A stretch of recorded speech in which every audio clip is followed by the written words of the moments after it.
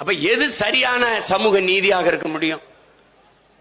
அப்ப சாதி வாரி கணக்கெடுப்பு எடுத்து சமூக நீதி உரிய இடப்பகிர்வை கொடுத்து விட்டால் சாதி ஒளிந்து விடுமா என்றால் ஒளிந்து விடும்.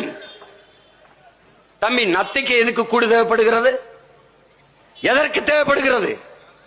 கூடு இல்லை என்றால் எல்லாம் தொட்டு தொட்டு பிடிச்சு பிடிச்சு கொண்டு விடுவ.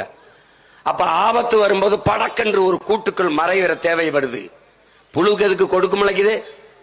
அதை பிடிச்சு பிடிச்சு நசுக்கி கொண்டு வருவ.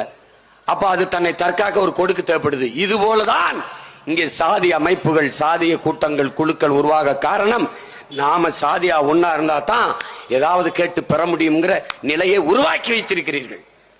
அப்படி இல்ல, என் முன்னாடி உட்கார்ந்திருக்க எல்லாருக்கும் கல்வி, கல்விக்கேற்ற வேலை, வேலைக்கேற்ற சம்பளம், அதை கொண்டு வாழ்கிற பெருமை மிக்க வாழ்வு வந்துட்டால் எவனும் சாதியை பற்றி சிந்திக்கவோ அதுக்காக போராடவோ பெருமை பேசவோ நேரம் இருக்காது.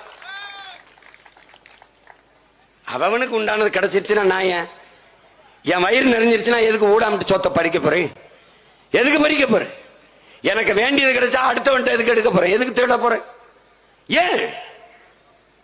தானாக போட்டி பொறாமை எல்லாம் பொசுங்கி போகும்.